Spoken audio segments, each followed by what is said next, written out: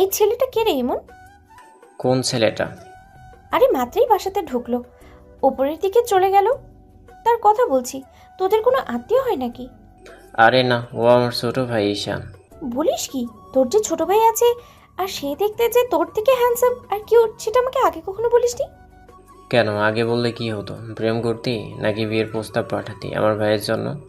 শোন, আর তুই তো দেখতে হাবাগোপা, আর ওর থেকে লম্বা হয়ে খাটো।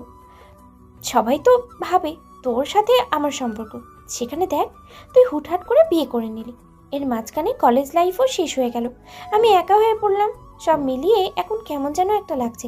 তাই বলছিলাম কি যে, বান্ধবীর এমন কথাতে ইমন কেমন করে যেন তাকালো। বজ্জাত মহিলার এমন কথাতে কেমন সন্দেহজনক লাগছে। অবশ্য ভদ্রমহিলা আগে তেমন করে কখনো কোনো ছেলেদের দিকে নজর দেয়নি।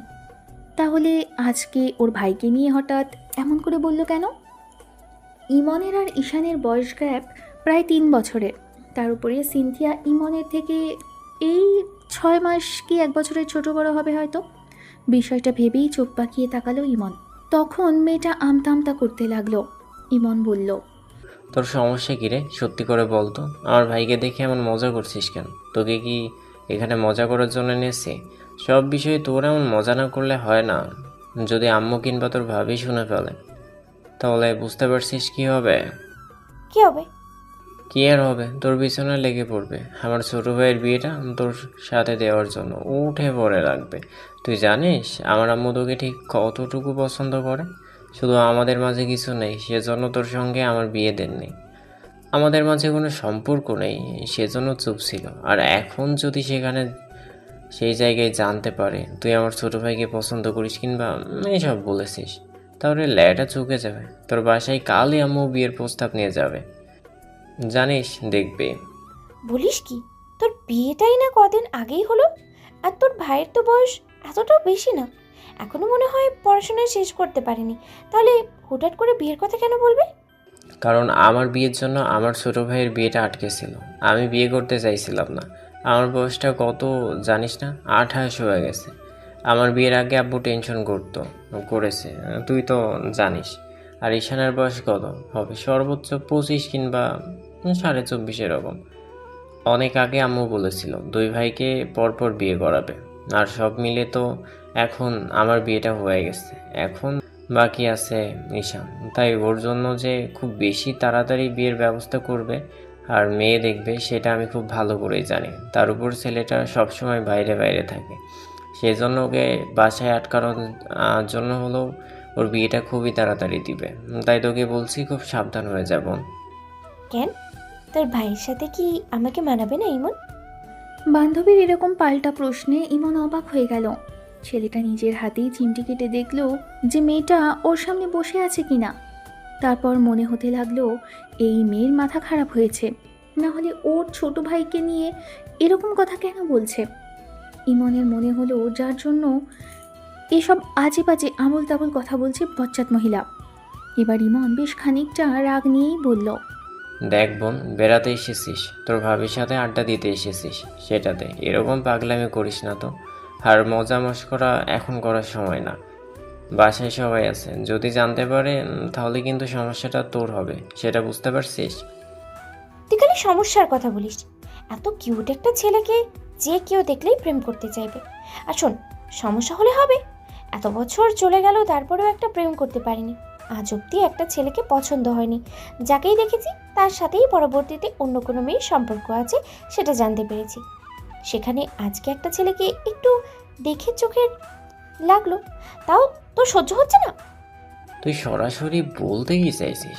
তুই মজা মশকরি করতে চাইছিস নাকি আমার ভাইয়ের সাথে কয়েকদিন সম্পর্ক করে তারপরে ওর থেকে দূরে সরে যেতে চাস? সিরিয়াসলি ভাবে বলতো।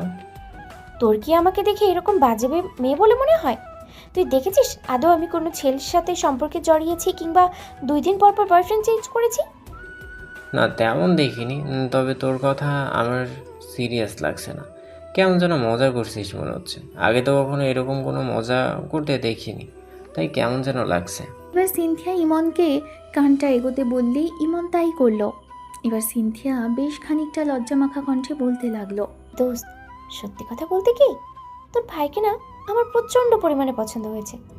আমি আগেও কয়েকটা জায়গায় ওকে দেখেছি, তবে আজকে তোর বাসাতে এসে জানতে পারবো যে পিচ্চিটা তোর ছোট ভাই, সেটা কল্পনাও করতে পারিনি। তুই বয়সের বিষয়টা নিয়ে ভাবিস না তো, তুই এক কাজ কর, ওর সাথে আমাকে একটু কথা বলিয়ে দে না প্লিজ দোস্ত। তোর কি মাথা খারাপ হয়ে গেছে? আমার ছোট ভাইয়ের সাথে কিনা সে প্রেম করবি? এসব কেউ মানবে? আর ঈশান খুব আবেগী, উল্টাপাল্টা কিছু হয়ে গেলে সে নিজেকেই কষ্ট দিবে। জানিস, স্কুল লাইফে একটা মেয়েকে পছন্দ হয়েছিল, সেই মেয়ে অন্য কারোর সাথে বিয়ে হয়ে যাওয়া তো এত কেঁদেছিল, আর 6 মাস তো কারোর সাথে তেমন কথাই বলেনি। তারপর থেকে এসব প্রেম ভালোবাসা পছন্দ করে না, বলেছে আব্বু আম্মু যেখানে বিয়ে দিবে সেখানে বিয়ে করে নেবে। প্লিজ তো আমাকে ঈশানের নাম্বারটা জোগাড় করে দে না। আচ্ছা ঠিক আছে, আমি কথা বলে নেব। আমি আগে ওর সাথে ফ্রেন্ডশিপ করব, পরবর্তীতে না হয় সব ঠিক থাকলে পারিবারিকভাবে। নির্ঘাত তোর মাথা খারাপ হয়ে গেছে বোন। আসার সময় কোথাও অ্যাক্সিডেন্ট করেছিস? সত্যি করে বলতো। তোর এরকম কথাবার্তা শুনে আমার কেমন সন্দেহ লাগছে। আচ্ছা, উল্টাপাল্টা কিছু খেয়েছিস নাকি? এমন বলছিস কেন? তাহলে কেমন করে বলবো? বয়সে ছোট একটা ছেলেকে শেষে কিনা বিয়ে করতে চাইছিস? তোর মাথা খারাপ না হলে এরকম বলতি না। আজ বাড়িতে যা তো, আমি পরবর্তীতে তোর সাথে কথা বলে নেব। তুই নাম্বারটা দিবি নাকি আমাকে ঈশানের কাছ থেকেই নিতে হবে, নাকি তোর আম্মুর কাছ থেকে নেব? আমি চাইছি না এই মুহূর্তে গিয়ে আন্টিকে আছে সব বলে দিতে, তারপরে আন্টি আজ বাদে কালই যদি আমার বাসায় যায়, সেটা কিন্তু তোদের জন্য খুব একটা বেশি ভালো হবে না। আমি চাইছি কয়েকটা দিন সময় থাক, আমাদের বিয়েটা তাতে ধুমধাম হয়ে হোক।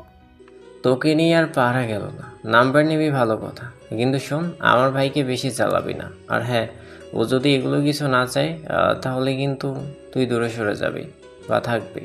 তাই বলছি, জোর জবরদস্তি করে ওর সাথে কিছু করার চেষ্টা করবি না। ও একটু রাগী, তারপর দেখা যাবে দিন শেষে তোকে ব্লক করে দিতে পারে। অতিরিক্ত জ্বালাবি না তুই। ওকে কি করে ভাগে আনতে হয় সেটা আমি খুব ভালো করে জানি। প্রেম করিনি তার মানে এই না যে কাউকে নিজের প্রেমে ফেলতে পারবো না। এখন চুপচাপ নাম্বারটা দে। ইমনকে অনেক জোর জবরদস্তি করার পর ওর ছোট ভাইয়ের নাম্বারটা নিল। সিনথিয়া নাম্বারটা নিয়ে নাস্তা করে বাসায় চলে গেল। ও বারবার ভাবতে লাগলো এই মেয়ে আবার ভুলভাল কিছু একটা না করে বসে। বেশ টেনশনে পড়ে গেল ইমন। রুমে এসে দেখলো সারা আছোয়া হয়ে ফোন চালাচ্ছে। ইমন আস্তেই উঠে বসলো আর বলতে লাগলো, কি হয়েছে তোমার? এরকম চিন্তিত দেখাচ্ছে কেন? তোমাকে দেখে মনে হচ্ছে কোনো একটা কারণ আছে। আর বলো না, বাস খুঁজে খুঁজে ফিরে সে আমার বাড়িতেই আসে। বাড়িতে বলছি কি, একেবারে জারের কাছে আমি গিয়ে দাঁড়াই। কেন, কি হলো? তুমি না তোমার বান্ধবীর সাথে কথা বলতে গেলে? তাহলে আবার কি এমন হলো? আর বলো না, যে কাণ্ড ঘটেছে না, তুমি যদি জানতে পারো হাসতে হাসতে তোমার মাথা খারাপ হয়ে যাবে। কি হয়েছে সেটা তো বলবে। তোমার বান্ধবী আবার কিছু করলো নাকি তোমাকে? মানে জড়িয়ে টড়িয়ে ধরেনি তো আবার? দেখেন মহিলা, আপনি কিন্তু খুব বেশি বাড়াবাড়ি করছেন। ওর সাথে আমার ফ্রেন্ডশিপ, এর বাইরে কিছু নেই। সেটা কিন্তু আপনাকে আগেই বলেছি। ওকে ওকে সোনা, কি হয়েছে বলো না আমাকে। তুমি এত হাইপার হচ্ছ কেন? আর বলো না, বাসায় ঢোকার সময় সিনথিয়া ঈশানকে দেখে নিল, আর দেখে বলতে আরম্ভ করলো ঈশান নাকি আমার থেকেও দেখতে হ্যান্ডসাম, কিউট, আর ওর সাথে নাকি রিলেশন করবে, ওকে নাকি পছন্দ হয়েছে। এসব আবল তাবল কথা বলছিল। বারবার বারণ করা সত্ত্বেও বললো যে ও সত্যি পছন্দ করে, আর নাম্বারটাও নিয়ে গেল। বলল যদি সব কিছু ঠিকঠাক থাকে আর ঈশান যদি হয় তাহলে পারিবারিকভাবে সবটা হবে। এমনও হয় একটা সিনিয়র মেয়ে কিনা তোমার ছোট ভাইকে পছন্দ করলো, তাও সে আবার তোমার বান্ধবী? এসব পরিবার কেউ মানবে? এসব বাদ দাও তুমি। সিনথিয়া কখনো ঈশানের সাথে প্রেম ভালোবাসা করতে পারবে না। আমার ভাই এমনিতেই যে রাগী, ও যখন জানতে পারবে আমার বান্ধবী ওকে কল করেছে, তখন নিজ থেকে মেয়েটাকে ব্লক করে দিবে। আর এসব কর্মকাণ্ডের জন্য দেখবে পরবর্তীতে ওর সাথে আর কথাই বলবে না। আর সিনথিয়ার বিয়ে হলো বলে আমি খুব তাড়াতাড়ি আঙ্কেলকে বলবো ওর বিয়েটা দিয়ে বিদায় করতে। এই বদমহিলা কী নিয়ে হয়েছে যত ঝামেলা, কলেজ লাইফ থেকে আমাকে একেবারে জ্বালিয়ে পুড়িয়ে ছারখার করে দিচ্ছে। কথাগুলো বলেই ইমন ওয়াশরুমে ঢুকে গেল। অন্যদিকে সিনথিয়া বাসায় এসে ভাবছে কখন ছেলেটাকে কল দিবে, কখন কল দেওয়া যায়, কিংবা নাম্বারটা ভুল হবে কিনা। এইসব এক গাদা কথা মাথায় ঘুরপাক খেতে লাগলো। রাতে ডিনারের পর 10টার দিকে নম্বরটাতে কল করলো সিনথিয়া। 2-3 বার বাজতেই যখন ফোনটা রিসিভ হলো, ঈশান সালাম দিয়ে বলল, আসসালামু আলাইকুম, কে বলছেন? ওয়ালাইকুম আসসালাম, আমি সিনথিয়া। আপনাকে চিনলাম না ঠিক। আমাকে তুমি চিনবে না, তুমি আমাকে না চিনলেও আমি তোমাকে চিনি। অবশ্য আজকে চিনতে পেরেছি। সবচেয়ে বড় বিষয় হচ্ছে তুমি আমাকে না চিনলেও তোমার ভাই আমাকে খুব ভালো করে চেনে। সেটা না হয় বুঝতে পারলাম, কিন্তু আপনি আমাকে কেন কল করেছেন? আর ভাইয়ার পরিচিত তো ভাইয়াকে কল করুন না। আসলে দরকারটা তোমাকে, তোমার ভাইকে কল করলে না তো হবে না। মানে আর নাম্বারটা তোমার ভাইয়ের থেকে তো নিয়েছি। বলছিলাম কি যে তুমি একটু দেখা করতে পারবে আমার সাথে ঈশান? আজব তো, কে আপনি? কি আপনার পরিচয়? কিছুই জানি না। হঠাৎ করে দেখা করতে বললেন আর দেখা করতে চলে আসব? কি হয়েছে সব সরাসরি বলেন তো। কি সমস্যা আপনার? আর এরকম করে কল করছেন কেন? আমি পরিচয়টা দিচ্ছি, আমি তোমার ভাইয়ের বেস্ট ফ্রেন্ড সিনথিয়া। আমি জানি না ইমন তোমাকে আমার কথা কেন বলেনি, কিংবা তুমি জানো না কেন। হয়তো তোমার ইন্টারেস্ট ছিল না, তবে আমি তোমার সম্পর্কে জানি। আর আজকেই তোমাদের বাসাতে দেখলাম তোমাকে। আগেও কয়েকবার আমাদের এলাকাতে দেখেছি, তবে তেমন করে চিনি না। আর আজকে যখন দেখলাম যে তুমি আমার ফ্রেন্ডের ছোট ভাই, তখন ভাবলাম তোমার সাথে একটু যোগাযোগ করি। সবই বুঝলাম, কিন্তু কী জন্য যোগাযোগ করলেন এখন সেটা বলুন। আপনার ভাবসাব কিন্তু আমার মোটেও ভালো ঠেকছে না। না মানে আসলে তোমার সাথে একটু দেখা করতে চাইছিলাম। তোমার একটু সময় হবে দেখা করার জন্য? আজব তো, আমি আপনাকে চিনি না জানি না, হঠাৎ করে দেখা করতে বললেন আর আমি চলে আসব? তুমি আমাকে চেনো না ঠিক আছে, কিন্তু আমি তো তোমায় চিনি। তাছাড়া তুমি আমার ফ্রেন্ডের ছোট ভাই, সেই হিসেবে তো দেখা করতেই পারো।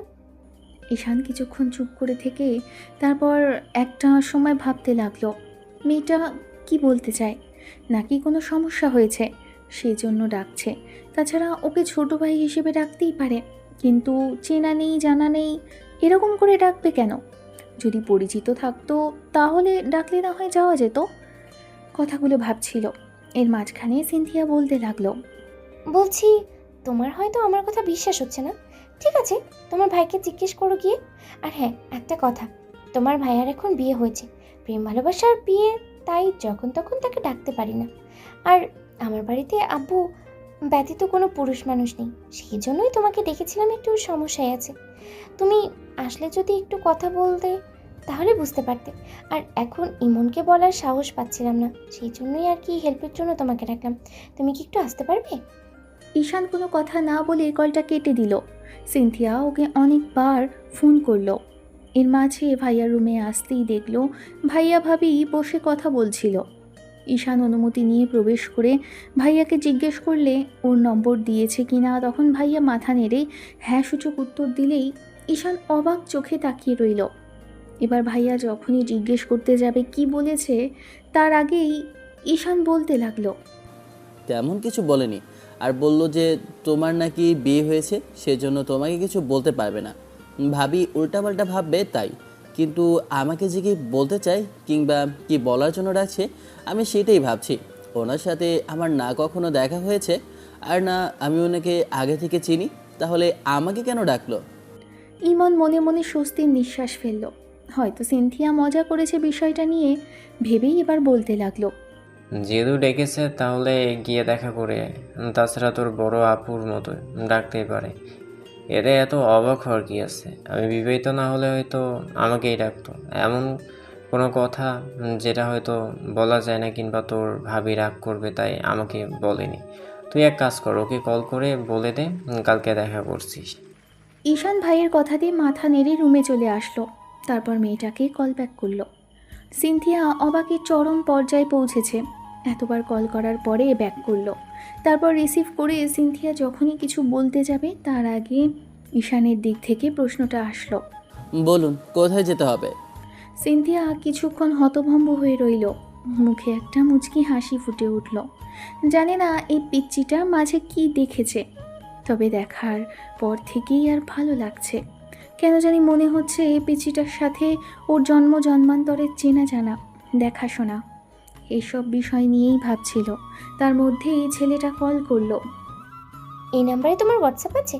তাহলে আমি ঠিকানা টেক্সট করব, তুমি চলে এসো। ঈশান স্বাভাবিকভাবেই ভাবলো সবটা। পরদিন বেলা 11টার দিকে একটা টেক্সট আসলো। ঈশান তখন বেশ কিছুক্ষণ ধরে ঠিকানাটা দেখল। খুব কাছেই রেখেছে, ওদের বাড়ি থেকে 8 ঘন্টার দূরত্বে। ঈশান বেরোনোর জন্য একদম রেডি হলো। সবসময় ও যেরকম সাধারণ ড্রেসআপে বের হয় তেমনটাই বেরোলো। বাইকটা নিয়ে সেদিকে চলে গেল। ভেবেছিল কোনো বন্ধুকে নিয়ে যাবে, আবার ভাবলো যদি পার্সোনাল কোনো কথা হয় তাহলে হয়তো মেয়েটা বিরক্তি ফিল করতে পারে। কিন্তু এই আপুটাকে কখনো দেখেছে বলে তো মনে হচ্ছে না, দেখলে হয়তো চেনা যেতে পারে। ঈশান একটা রেস্টুরেন্টে আসলো, তারপর ভেতরে ঢুকে দেখলো একদম কর্নারের এক সাইডে ভদ্রমহিলার কথা অনুযায়ী কালো কালারের একটা শাড়ি পরে একটা মেয়ে বসে আছে। মেয়ে বললে ভুল হবে, দূর থেকে দেখেই ওর চোখে যেন চোখ লাগছে। আর যে পরিমাণে কিউট আর সুন্দর দেখতে মেয়েটা, যাকে বলে অসম্ভব রকমের সুন্দর, ঈশান দূর থেকে দাঁড়িয়েই সেটা বুঝতে পারল। অন্য দিক থেকে সিনথিয়া ঈশানকে দেখে হাতের ইশারায় ওকে ডাকলে ছেলেটা এগিয়ে গিয়ে সামনে দাঁড়ালো। মেয়েটাকে দেখেই খানিকটা চেনা চেনা মনে হলো, হয়তো ভাইয়ার বিয়েতে দেখেছিল। ভাইয়ার ফ্রেন্ড সার্কেলের সম্পর্কে আর কার সাথে মেলামেশা করে না করে এসবের কোনো মাথা ব্যথা নেই ঈশানের, তাই কখনো এসব নিয়ে ভাবা হয়নি। তবে মেয়েটাকে দেখে মনে হতে লাগলো বিয়েতে নির্ঘাত দেখেছিল। ভদ্রমহিলা কিছু বলার আগে ঈশান নিজেই বলতে লাগলো, আপনার সাথে পরিচিত নেই, তবে ভাইয়ার বিয়েতে দেখেছি। কিন্তু আমাকে এখানে কেন ডাকলেন বলুন? সবই বলবো, কিন্তু তার আগে বসো আর বলো কি খাব।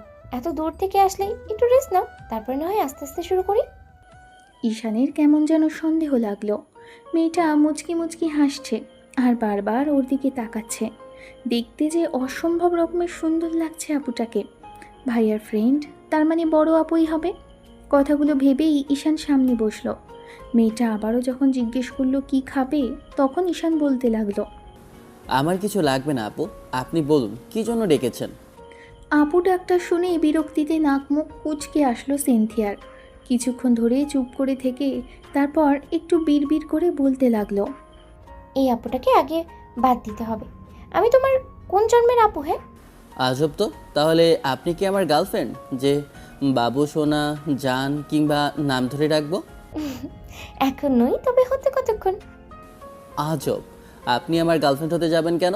বয়সে সিনিয়র মেয়ের সাথে আমি কেন প্রেম করতে যাব? কী জন্য ডেকেছেন এখন সেটা বলুন। এত হাইপার হচ্ছ কেন? আসার পর থেকেই তুমি এত তাড়াহুড়ো করছো কেন? নাকি গার্লফ্রেন্ড অপেক্ষা করছে তোমার জন্য? আমার কোনো গার্লফ্রেন্ড টার্লফ্রেন্ড নেই, এসব আবর্জনা আমি রাখি না।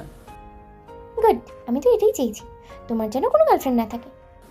আজব তো, আমার গার্লফ্রেন্ড দিয়ে আপনি কি করবেন? থাকলেই বা কি, না থাকলেই বা কি? ওটা পরে বুঝবে, আগে সত্যি করে বলো, তোমার কারোর সাথে সম্পর্ক নেই তো? আর যদি থাকে কিংবা কোথাও পছন্দ থাকে সেটাও আমাকে বলো। আশ্চর্য, আমার গার্লফ্রেন্ড থাকলে সেটা আমি আপনাকে কেন বলতে যাব? আর আপনাকে মিথ্যাই বা কেন বলবো? কেন, ভাইয়ার থেকে তো সব জানার কথা। আমার নম্বরটা যেহেতু ভাইয়ার থেকে নিয়েছেন, সেহেতু ভাইয়াকে জিজ্ঞেস করে দেখতে পারেন। তোমার ভাইয়াকে কাল জিজ্ঞেস করেছিলাম, বললো কারোর সাথে সম্পর্ক নেই। তারপরেও কেমন যেন সন্দেহ লাগছে। আজকালকার যুগের এত কিউট আর হ্যান্ডসাম একটা ছেলের গার্লফ্রেন্ড নেই, সেটা ভাবলেই অবাক লাগে। তাই আর কি বললাম, সেই জন্যই মাইন্ড করো না প্লিজ। ঠিক আছে, আচ্ছা, কিন্তু আমার যেন কেমন লাগছে। আপনি চেনেন না, জানেন না, হঠাৎ করে আমাকে ডাকলেন আর আমিও চলে আসলাম। এটা কেমন দেখায় না? তুমি এত কনফিউজ কেন? আর আর এত ভাব দেখাচ্ছ কেন? আমি সিনিয়র একটা মেয়ে হয়ে তোমাকে ডেকে পাঠালাম, তোমার সাথে একটু কথা বলতে চাইলাম, পরিচয় পর্যন্ত দিলাম। তোমার ভাইয়া বলেনি আমি কোনো খারাপ মেয়ে নই?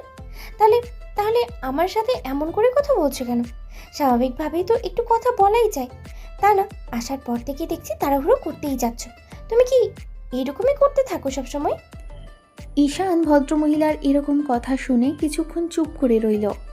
তারপর একটা সময় ঈশান ফিক করে নিজেই হেসে ফেলে বলতে লাগলো, ওকে ওকে, আচ্ছা ঠিক আছে, কফি অর্ডার করুন, খেতে খেতে কথা বলি। আবার পরক্ষণে নিজেই মনে করলো ও একটা ছেলে হয়ে একটা মেয়েকে ওয়েটারকে ডাকতে বলছে। তারপর নিজে থেকেই ডাকলো, কফির অর্ডার করে দিল। আর ভদ্রমহিলা কী খাবে সেটা জানার চেষ্টা করলেই ভদ্রমহিলা নিজে থেকে এক গাদা খাবারের অর্ডার করলো। এই দুপুরে এত খাবার কে খাবে? দুপুরের খাবার সময়টা হয়নি, তবে সবে মাত্র 11:30 মতো বাজে। ঈশান চুপচাপ করে আছে আর মাঝে মধ্যে সিনথিয়ার দিকে তাকাতে লাগলো। তারপর খাবার আসতেই ভদ্রমহিলা খেতে লাগলো আর ঈশানকেও জোর করলো খাওয়ার জন্য। সিনথিয়া বারবার ওর সম্পর্কে সব শোনার চেষ্টা করলো। কি করে না করে, কখন বাসায় থাকে না থাকে, সব কিছু জানার চেষ্টা করলো। শেষে ঈশানের তেমন কৌতূহল হলো। কৌতূহলবশত আবারও প্রশ্নটা করেই ফেললো। সবই ঠিক আছে, সবই তো বললাম। এখন বলুন কী জন্য এইসব প্রশ্ন করছেন? আসার পর থেকেই আপনি এসব প্রশ্ন করে যাচ্ছেন, কিন্তু কী জন্য করছেন সেটাই বুঝতে পারছি না। তোমাকে আমার ভালো লাগে, পছন্দ হয়েছে, সেই জন্যই প্রশ্ন করছি। ভবিষ্যতে যাকে বিয়ে করব তার সম্পর্কে জানবো না? ঈশান একটু চোখ বড় বড় করে তাকালো। পরক্ষণে আবার নিজেই ফিক করে হেসে ফেলল। ভাবলো ভদ্রমহিলা মজা করছে। কথাটা ভেবেই এবার ঈশান যখনই অন্য কিছু বলবে তার আগেই সিনথিয়া যেটা বলল সেটা শোনার জন্য ঈশান প্রস্তুত ছিল না মোটেই। হুটহাট করে মেয়েটা ওকে এমন একটা প্রস্তাব দিয়েই ফেলল। বিয়ে করবে আমায়? ভদ্রমহিলার এরকম কথাতেই ঈশান খুব খুব করে কেসে উঠল। সাথে সাথে মেয়েটা ঈশানের পিঠের উপর হাত রাখলো, আর এক হাত মাথায় হাত রেখে বলতে লাগলো। ঈশান, ঠিক আছে তুমি? ঈশান কাশিটা বন্ধ করে দিয়ে ভদ্রমহিলার দিকে তাকিয়ে রইল। খেয়াল করলো উনি বেশ সিরিয়াস মোডেই কথাগুলো বলেছে। ঈশান যখনই কোনো প্রশ্ন করতে যাবে তার আগেই ভদ্রমহিলা আবারও বলল। কি হলো, বললে না বিয়ে করবে আমায়? আচ্ছা, আমি বুঝতে পেরেছি। আমি হুটহাট করেই এমন একটা প্রস্তাব দেওয়াতে তুমি শক। তবে হ্যাঁ, এইটুকু তুমি শিওর থাকতে পারো যে আমি তোমার সাথে কোনো প্রকার মজা করছি না। ঈশান, মজা করার হলে সেটা আমি আগেই করতাম, কিন্তু এই মুহূর্তে আমি খুবই সিরিয়াস। তোমার ভাইকেও আমি বলেছি, তোমার ভাইও সবটা মজা হিসেবেই নিয়েছে। কিন্তু আমাকে দেখে মনে হয় আমি তোমার সাথে মজা করছি? বলো। আমি জানি তুমি প্রেম ভালোবাসার উপরে বিশ্বাস করো না, তাই আমি তোমাকে সরাসরি বিয়ে করে নিতে চাই। আমি জানি আমাদের বয়সের ডিফারেন্সটা একটু বেশি, কিন্তু দেখো, আজকাল এগুলো কোনো ফ্যাক্ট না। কতই তো হচ্ছে মানুষ, যেখানে সিরিয়ার আব্বুকে বিয়ে করে, কলেজের ম্যাডামকে বিয়ে করে, সেখানে আমি তোমার ভাইয়ের বান্ধবী। এতে এত সমস্যার কিছু নেই ঈশান। আর আমি জানি তোমার আম্মু আমাকে অনেক বেশি পছন্দ করে। আন্টি ভেবেছিল যে আমার আর ইমনের মাঝে কোনো সম্পর্ক আছে, কিন্তু ইমনকে আমি ফ্রেন্ড হিসেবেই ভালোবাসি। কিন্তু অন্য কোনো চিন্তা ওকে নিয়ে আমি কখনো করিনি। তবে প্রথম দেখাতেই তোমার প্রতি ভালো লাগা কাজ করেছিল, কিন্তু কোথায় থাকো, কী করো, সেটা তো জানতাম না।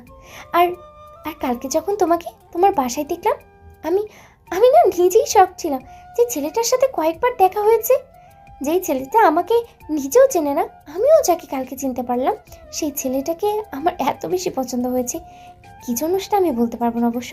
তবে তুমি এইটুকু শিওর থাকতে পারো, আমি সত্যি তোমাকে প্রথম দেখাতেই ভালোবেসে ফেলেছি ঈশান। আমি জানি না কি করে কি হলো, তবে আমার মনে হয় আমি তোমার সাথে সারা জীবন কাটাতে চাই।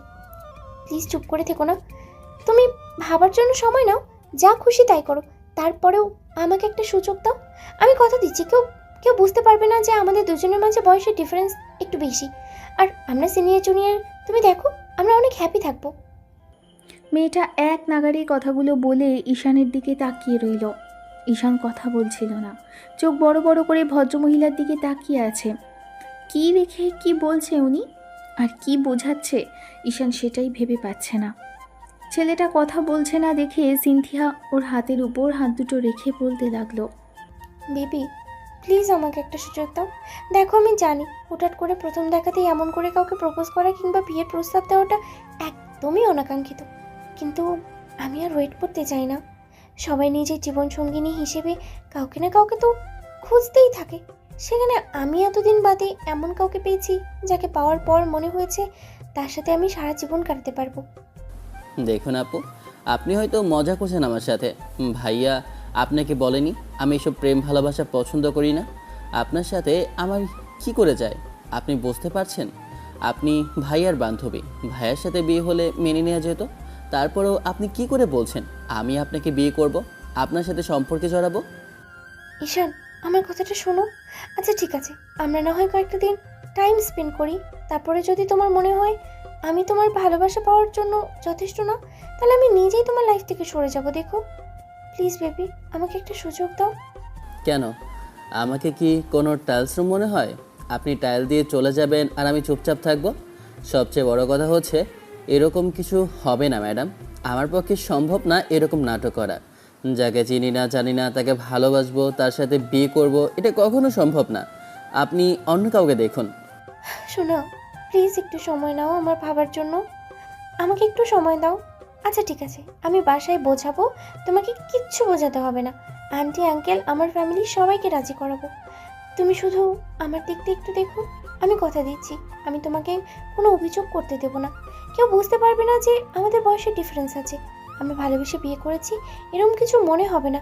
পারিবারিকভাবেই বিয়েটা হবে, দেখো। কিন্তু আমার আপনাকে পছন্দ না, আপনি এটা সহজ ভাষায় বুঝে নিন। আর হ্যাঁ, আজকের পর আর আমাকে কল করবেন না। ঈশান কথাগুলো বলে সেখান থেকে চলে যেতে গেলে ভদ্রমহিলা বারবার পিছন থেকে ডাকতে লাগলো। ঈশান দাঁড়ালো না। দাঁড়াবেই বা কেন? ভদ্রমহিলার এরকম কর্মকাণ্ডে ছেলেটা পুরো শকড। এরকম কাজ কেউ করে?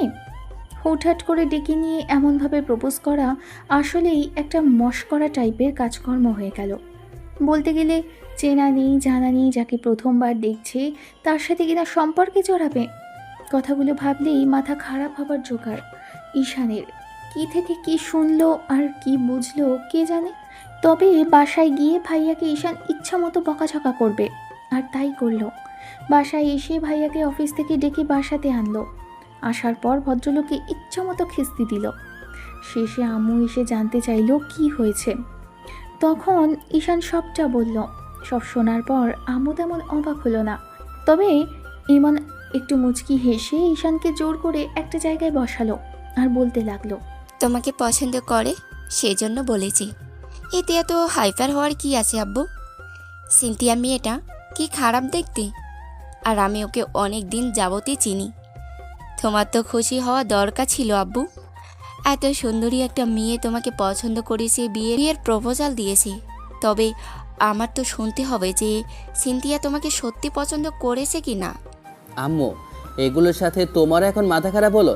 এতক্ষণ তো আমাকে নিয়ে টানাটানি করছিলে, এবার তোমার সাথে কি মাথা খারাপ হয়েছে নাকি? হ্যাঁ, আমি বুঝতে পারছি না এ বাড়িতে হচ্ছেটা কি। কিচ্ছু হচ্ছে না। একটা মেয়ে তোমাকে পছন্দ করে সেটা বলেছে, এ নিয়ে এত সিন ক্রিয়েট করার কি আছে? নাকি তোমার অন্য কোথাও পছন্দ আছে? তাহলে বলো, তার সাথেই তোমার বিয়ে হবে। আজব তো, মাথা খারাপ করো না তোমরা। এখানে বিয়ের কথা আসছে কোথা থেকে? একজনকে তাড়াতে না তাড়াতেই তুমি এসে শুরু করে দিলে বিয়ের কথা। আজব তো, আমি তো বুঝতেই পারছি না এই বাড়িতে হলোটা কি। ভাইয়ার বিয়ে হলো না 6 মাস হয়েছে, তার মাঝখানে তোমরা আমার বিয়ে নিয়ে পড়লে কেন? হ্যাঁ, বিয়ে করলে তো তোমার আর বাইরে বাইরে ঘোরা হবে না, তাই না? আমি সেটা খুব ভালো করে বুঝতে পারছি। বউ আসলে তো আসলে বেঁধে ঘোরাবে, তখন আর তোমার এই বকাটাদের মতো এদিকে ওদিকে যাওয়া হবে না। সেজন্যই তোমাকে বিয়ে দেওয়ার ব্যবস্থা করছি। ওকে বিয়ে না করা অন্য কোথাও তো তোমার বিয়ে করাতেই হবে। ঈশান কিছু বলতে যাবে বড় ভাই তার আগে একটা ধমক দিতেই ঈশান সেখান থেকে চলে গেল। আর আম্মুর কাছে এবার ভাবি এগিয়ে এসে বলতে আরম্ভ করলো, আম্মু, কি সব শুনছি? কালকে থেকে এসব ঘটনা ঘটছে। তোমার ছেলে বলল তার বান্ধবী নাকি তোমার ছোট ছেলের নাম্বার নিয়েছে। এমন কোনো কাজ কি করে হয় বলো? তাছাড়া ছেলেটা ওর থেকে ছোট, আর এরকম একটা কাণ্ড কি কখনো করা সম্ভব বলো? তোমার ছেলে বলল যে ও নাকি অনেক জেদি। এখন যদি এরকম কোনো কাহিনী করে বসে কিংবা কোনো ঝামেলা করে তাহলে কি হবে বলো তো? আর ছোট ভাইয়াও তো খুব রাগী। তাকে দেখা গেছে বিয়ের জন্য জোর জবরদস্তি করলে বাসা ছেড়েই চলে যাবে। ছোটবেলা থেকেই ওর এই তেরামি স্বভাবটা আমার মোটেও পছন্দ না। এত রাগী জেদি ছেলে আমি আগে কখনো দেখিনি। আমার ছোট ছেলের দৌলাতে সেটা দেখেছি। এত এত রাগ নিয়ে মানুষ কি করে বেঁচে থাকে আমি সেটাই বুঝতে পারি না। আমি ওকে কন্ট্রোল করতে পারছি না। আমার এখন ক্লান্ত লাগবে, বউ ওর জন্য আনতেই হবে। আম্মু, তোমারও কি এদের সাথে মাথা খারাপ হলো নাকি? তুমি কী সব বলছো? জবরদস্তি করে বিয়ে দেওয়াটা কি খুব বেশি ভালো দেখাবে বলো? বিয়ের কথা যেহেতু একবার উঠেছে তাই মেয়েটার সাথে আমার কথা বলতে হবে। সিনথিয়া যেহেতু বলেছে ঈশানকে পছন্দ করে, সেহেতু আমি ওকে ঈশানের বউ করবই।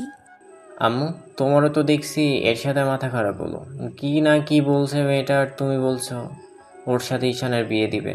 এই মেয়েটা যে পরিমাণ রাগে, তাতে ঈশানের সাথে বিয়েটা হলে দেখবে যে তোমার প্রতিদিন ওদের ঝগড়া থামাতে থামাতেই জীবন কেটে যাবে।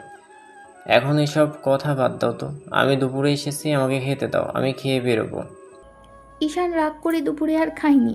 রাতে ডিনারের সময় ভাবি অনেক জোর জবরদস্তি করে ছেলেটাকে খাবার টেবিলে আনলো। ভাবি অনেক আদর যত্ন আর খেয়াল রাখে ঈশানের। এই বাসায় আসার পর থেকে একদম ছোট ভাইয়ের মতোই ভালোবাসে। সেজন্য ভাবির কোনো কথাই ঈশান ফেলতে পারে না। ভদ্রমহিলা মন খারাপ করবে দেখে ঈশান আসলো। এসে দেখলেও আব্বু খাবার খাচ্ছে। ওকে দেখে পাশে বসতে বলল। ঈশান আব্বুর পাশে বসে খাবার খেতে আরম্ভ করলো। এর মাঝখানে আম্মু আব্বুকে যে বিষয়টা বলেছে ঈশান সেটা জানে না। আব্বু এবার নিজে থেকেই ছোট ছেলেকে প্রশ্ন করলো। তোমার আম্মু তোমার বিয়ের কথা বলছিল, তাই মেয়ে দেখতে এখন তুমি কি বলো? আব্বুর কথার উপর দিয়ে ঈশানের কথা বলার সাহস নেই। আব্বুর উপর দিয়ে যে কখনো কথা বলতেই পারে না। আব্বুর সামনে সামান্য উঁচু গলাতেও কথা বলতে পারে না। যেখানে কিনা এখন বিয়ের কথাতে বারণ করবে, সেটা ভাবাটাও একটা অন্যায়। ঈশান কিছুক্ষণ চুপ করে থেকে বলল, এখন বিয়ে করতে চাইছি না আব্বু। বলছিলাম কি, কিছুদিন পরে না হয় এসব নিয়ে ভাবা যাবে। আর তাছাড়া কি অন্য কোথাও সম্পর্ক আছে তোমার? না, তেমন কিছু নেই। তোমরা তো জানো আমার কোথাও রিলেশন নেই। তাহলে এমন করে কেন বলছো? সবাই নিশ্চিত থাকতে পারো তোমাদের পছন্দেই আমি বিয়ে করে নেব। তাহলে বিয়ে করে নিতে কোনো সমস্যা দেখছি না।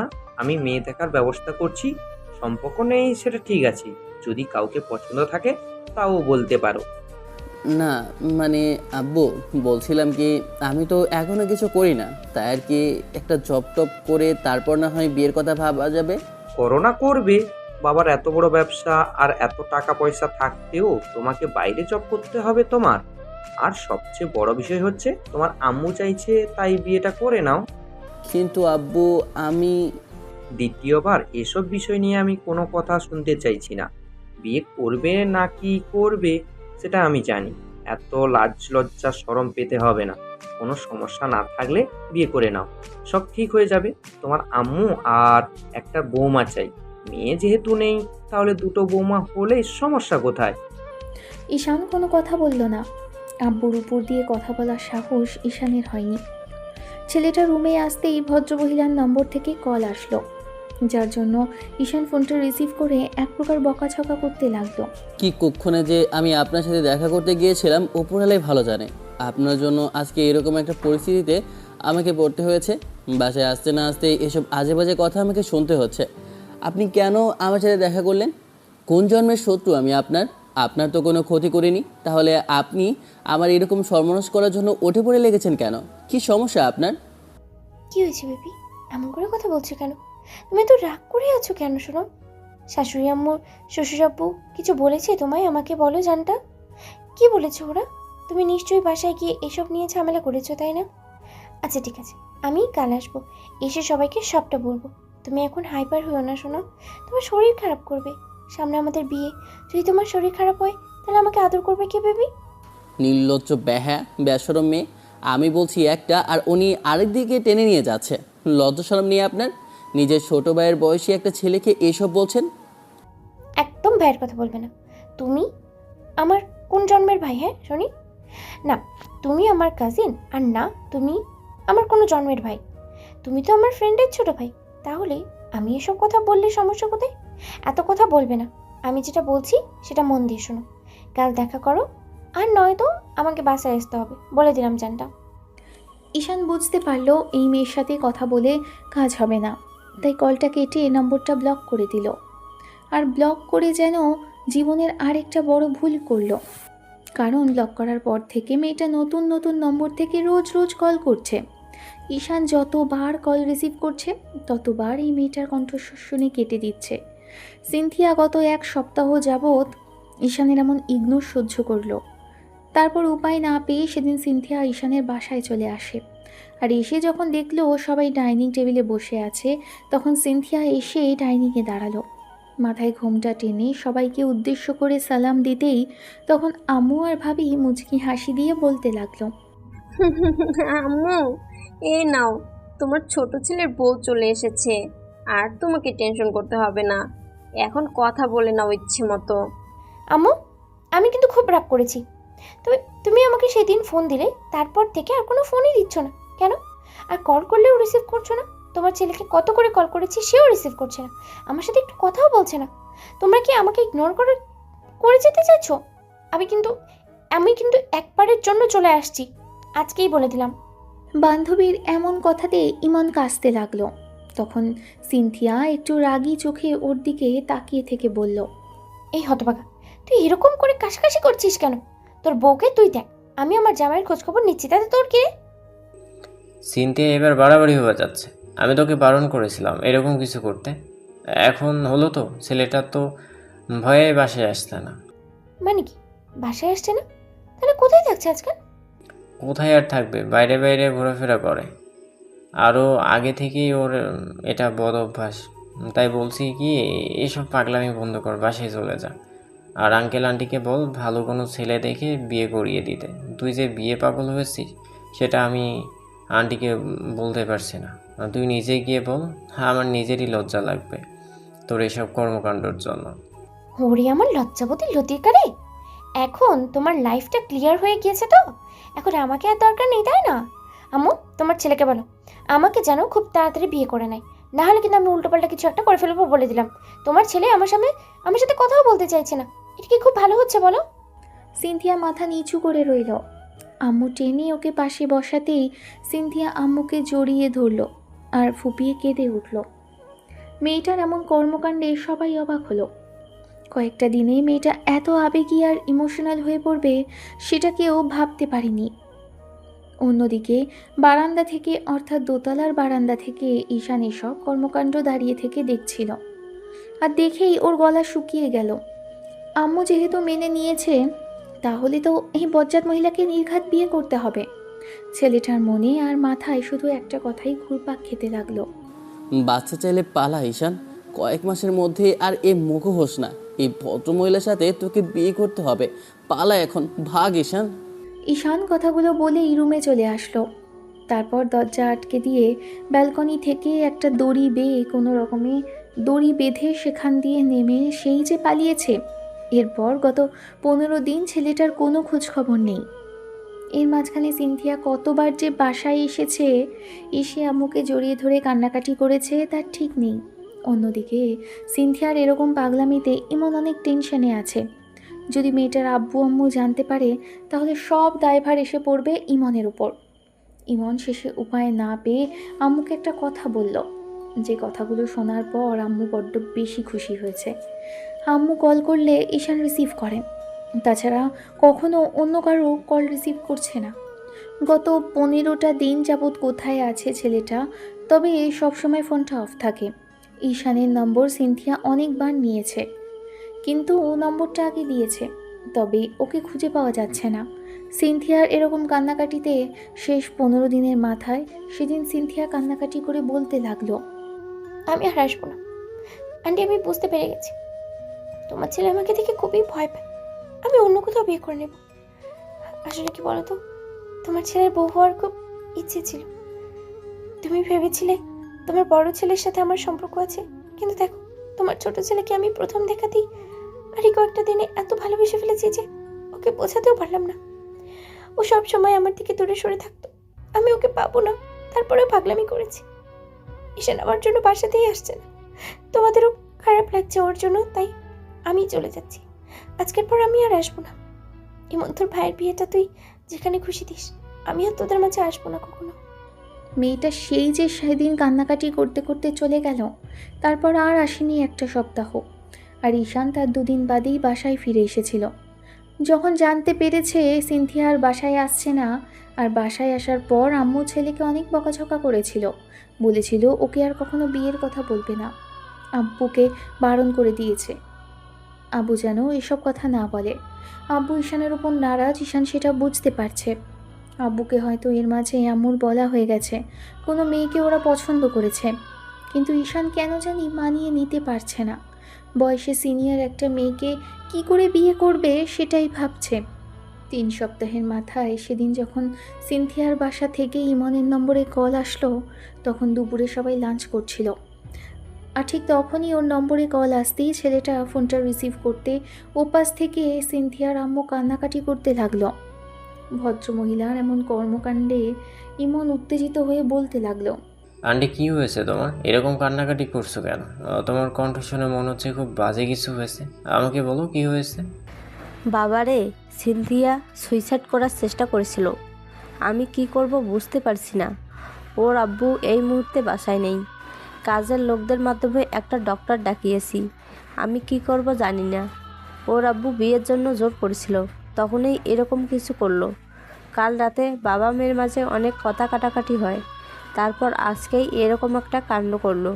সিনথিয়া নাকি তোমার ছোটো ভাইকে পছন্দ করে, কিন্তু ওর আব্বু এসব কিছু মানতে চাইছে না, উল্টে রাগারাগি করলে তারপর মেয়েটা এরকম কিছু করলো। আন্টি এখন কেমন আছে সিনথিয়া? আর ওর কোনো ক্ষতি হয়নি তো? সিনথিয়া হাতে অনেকখানি কেটে ফেলেছে। ওর আব্বু বলছিল যে আজকে পাত্রপক্ষ আসবে। এর মাঝে ওর আব্বুর একটা কাজ পড়ে গেল, তাই বলে বাইরে চলে গেছে। ও জানতো না যে আজকে পাত্রপক্ষ আসবে না, তারপরও নিজের এরকম ক্ষতি করার চেষ্টা করলো। আমি একা একা কি করব বুঝতে পারছি না বাবা। আমি আসছি আন্টি, আমি এই মুহূর্তে আসছি। তুমি টেনশন করবে না, সব ঠিক হয়ে যাবে। দেখো। ইমন হাতটা ধুয়ে উঠে যেতে গেলে আব্বু বিষয়টা জিজ্ঞেস করলে বলল, আব্বু, এই মুহূর্তে কথা বলার সময় নেই। আমি এসে তোমাকে বলবো সিনথিয়া সুইসাইড করার চেষ্টা করেছিল। ঈশানের বুকের ভেতর কেমন যেন ধক করে উঠল। ও বুঝতেও পারেনি মেয়েটা এরকম কর্মকাণ্ড ঘটাবে। কয়েকদিনের দেখা আর তার মাঝখানে এত আবেগ, ইমোশন, ভালোবাসা, মেয়েটা যে কোথা থেকে আসে ঈশান সেটাই ভেবে পাচ্ছে না। এবার তো মনে হচ্ছে ওর জন্যই সব কিছু হচ্ছে। ঈশান মাথা নিচু করে রইল। আম্মু খাওয়া থেকে উঠে গেল।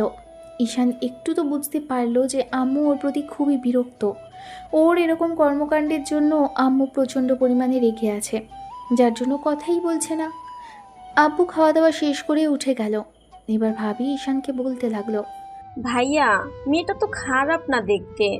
তাছাড়া আমাদের চেনা জানা, তোমার ভাইয়ের ফ্রেন্ড, বয়সে তোমার থেকে একটু সিনিয়র, কিন্তু তারপরেও তোমাকে ভালোবাসে। দেখো, তোমাকে ভালোবাসে বলেই এরকম পাগলামি করলো। এখন ওর আব্বু আম্মু কি করবে বলো তো? মেয়েটার যদি কিছু হয়ে যেত, তুমি নিজেকে কখনো ক্ষমা করতে পারতে? মেয়েটা বারবার তোমাকে ভালোবাসার কথা বলছে। আমি জীবনে কখনো দেখিনি একটা সিনিয়র মেয়ে একটা জুনিয়র ছেলের জন্য এতটা পাগলামি করে। এই প্রথম দেখলাম যে এরকম কেউ পাগলামি করতে পারে। ঈশান মাথা নিচু করে রইল। তখন ভাবি বলতে লাগলো, আম্মু তোমার উপর খুব বেশি রেগে আছে, সেটা কি তুমি বুঝতে পারছো না ভাইয়া? আমরা যাদেরকে ভালোবাসি তারা আমাদেরকে ভালোবাসে না, এটাই হয় জানো তো। আর যখন দেখবে মেয়েটা তোমার থেকে দূরে চলে যাবে, তখন তুমি ওর ভালোবাসা রিয়েলাইজ করতে পারবে। আমি তো এইটুকু বলবো, পালিয়ে বেড়ানোটা কোনো সমাধান নয়। আর তুমি এতটাও ছোট না যে তোমাকে সবটা বুঝিয়ে বলতে হবে। একটা মেয়ে একটা ছেলের জন্য ঠিক কতটুকু পাগলামি করতে পারে আজকে সিনথিয়ার জন্য আমি সেটুকু দেখেছি। আমি নিজেও তোমার ভাইয়ার জন্য এত পাগলামি করিনি জানো। ঈশান একটা দীর্ঘ নিঃশ্বাস ফেলল। কি বলবে কি করবে জানে না, তবে মনে হচ্ছে যে খুব বড় ভুল হয়ে গেল। না হলে মেয়েটা হয়তো এরকম সুইসাইড করার চেষ্টা করতো না। সারাদিন আর ঈশান বাসা থেকে যায়নি। আম্মু ওর সাথে কোনো কথা বলেনি। রাতে ডিনারের 1 ঘন্টা আগেই ভাইয়া বাসায় ফিরেছে। বেশ বিধ্বস্ত লাগছে ভাইয়াকে। তারপর ডাইনিংয়ে খাবার খেতে আসলে তখন আব্বু খাওয়া দাওয়া শেষে ইমনকে সবটা জিজ্ঞেস করলে বলতে আরম্ভ করলো, বড্ড বেশি পাগলামি করেছিস সিনথিয়া। কি থেকে কি হলো বুঝতে পারলাম না। সেদিন হঠাৎ করে বাসায় এসে ঈশানকে দেখার পর থেকে এরকম পাগলামি শুরু করেছে। ওকে বারবার বোঝানোর চেষ্টা করলাম যে আমার ভাই ওকে ভালোবাসে না আর এই বিয়ে করবে না। সবচেয়ে বড় বিষয় আঙ্কেলও মানতে চায়নি এসব। আর ঈশান তো এগুলো নিয়ে এগোতেই চাইছে না। সেদিন বাসায় থেকে যাওয়ার পর থেকে নাকি খাওয়া দাওয়া বন্ধ করে দিয়েছে। ওর আব্বুকে বলেছিল যে ঈশানকে বিয়ে করবে, তাই যেন পারিবারিকভাবে প্রস্তাব পাঠায়। তারপর আঙ্কেল রেগে যাওয়াতে সিনথিয়া বলেছে যতদিন ওর বিয়ে না হবে ততদিন মুখে কিছু তুলবে না, আর সেটাই করেছে। কয়েকদিন যাবৎ রুমের দরজা বন্ধ করে বসে আছে, না কারোর সাথে কথা বলে আর না কারোর সাথে খাওয়া দাওয়া করে।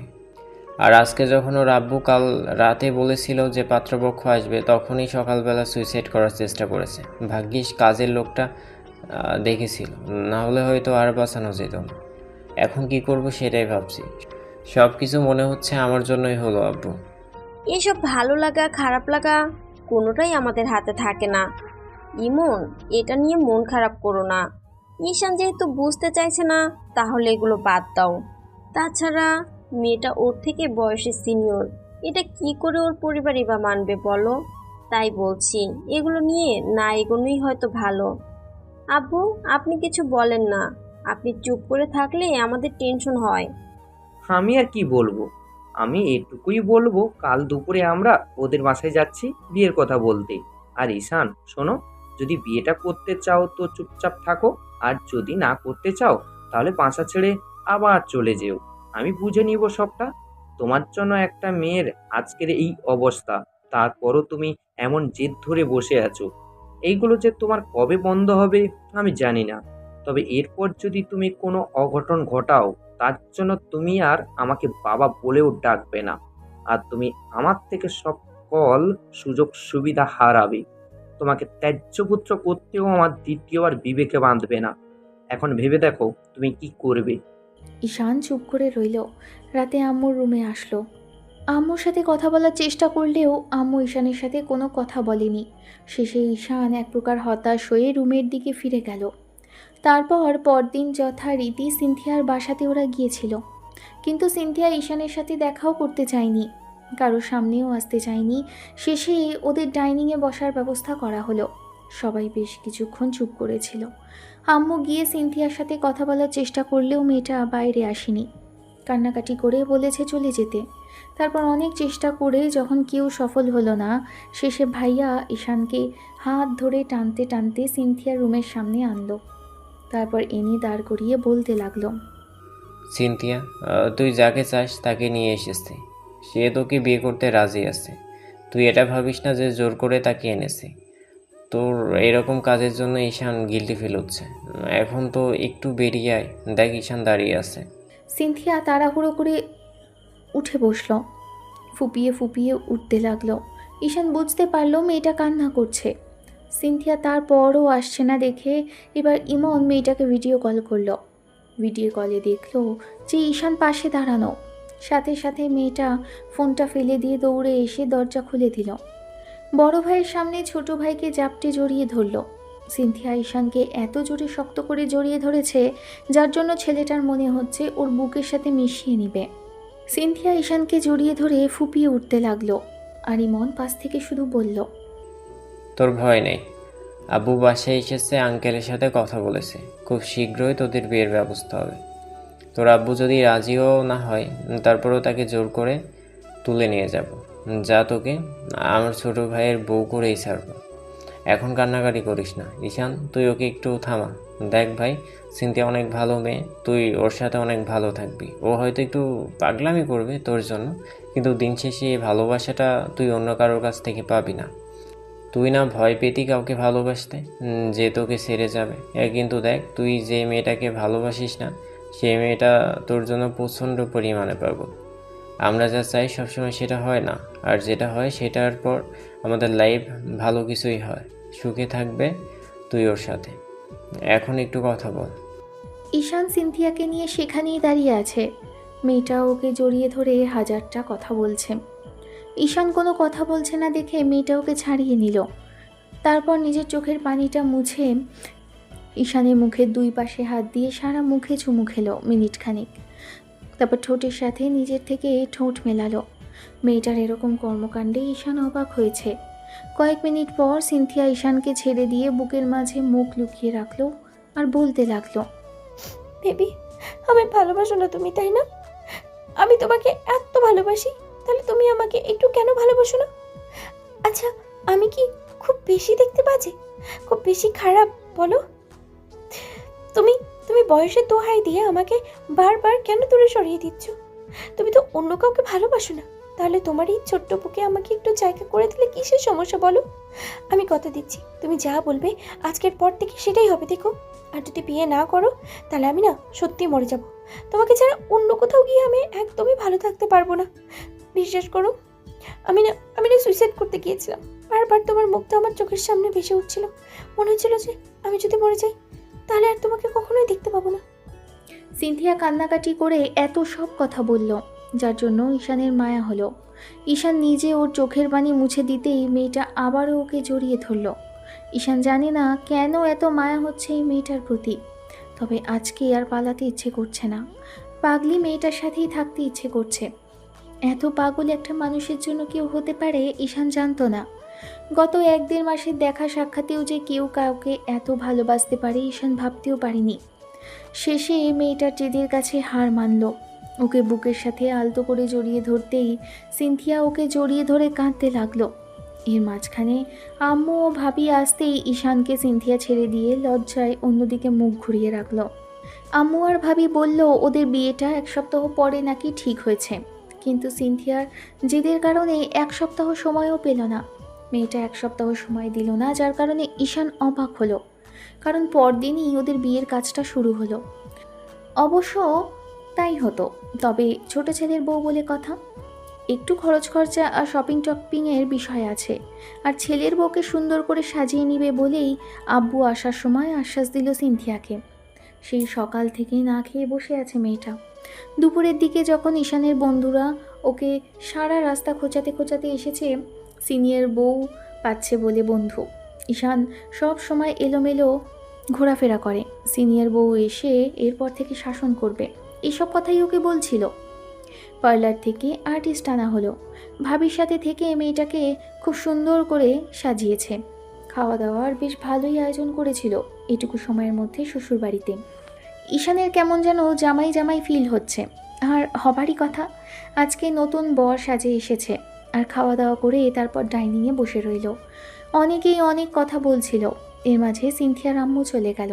আরও মিনিট 10 পরে মেয়েটাকে এনে ঈশানের পাশে বসানো হলে মেয়েটা মাথা নিচু করে রইল।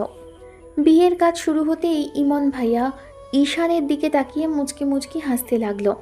শেষে কিনা ওর বান্ধবীকে ছোট ভাই এমন করে প্রেমের ফাঁদে ফেলল, যার জন্য ওই পিচ্চি ছেলের জন্য মেয়েটা পাগল হয়েছে।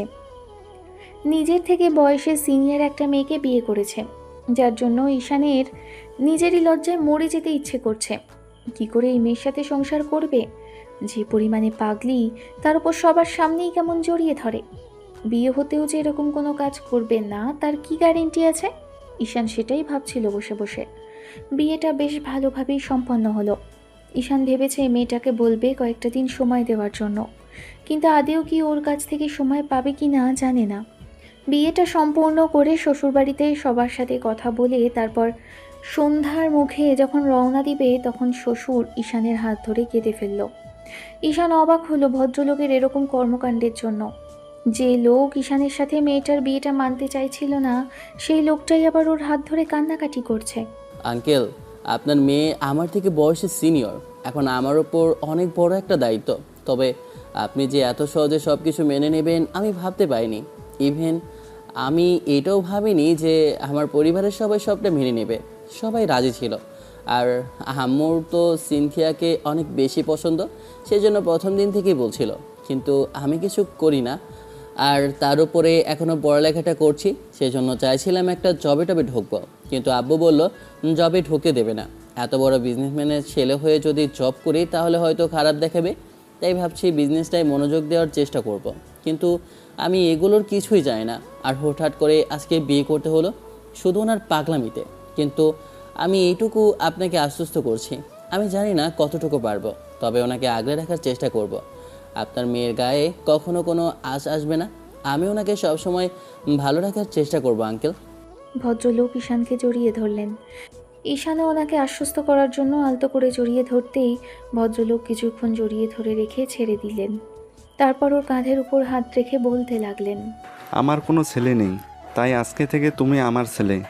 আমি এখন থেকে ভাববো আমার একটা ছেলে একটা মেয়ে। তুমি আমাকে অনেক আশ্বস্ত করলে, আমি জানি না তুমি কতটা পারবে, তবে আমি তোমাদের জন্য মন ভরে দোয়া করব। মেয়েটার পাগলামিতে মানতে বাধ্য হয়েছি। ভেবেছি মেয়ে যদি সুখী থাকে তাহলে আমার কোনো অসুবিধা কোথায়। আর তোমাকে দেখার পর, তোমার আব্বু সম্পর্কে জানার পর আমার ধারণা আরও পাল্টে গিয়েছে।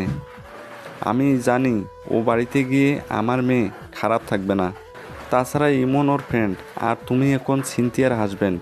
তোমার দায়িত্ব ওকে ভালো রাখার। আমার মেয়ের খুব বেশি আশা নেই জানো তো।